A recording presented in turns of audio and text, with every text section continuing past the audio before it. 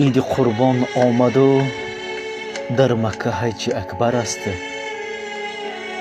عید قربان آمد و در مکه حج اکبر است.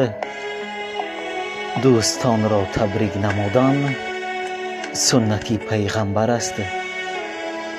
مبارک مبارک ای برادر عید قربان، خدا رزق تو را سازد فراوان.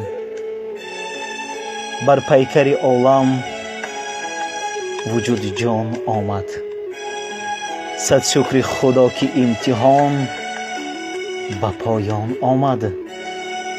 از لطف خداوند خلیل الرحمن یک عید بزرگ به نام قربان آمد. برایتان خوشی های روزگار، دسترخوانی پر از ناز و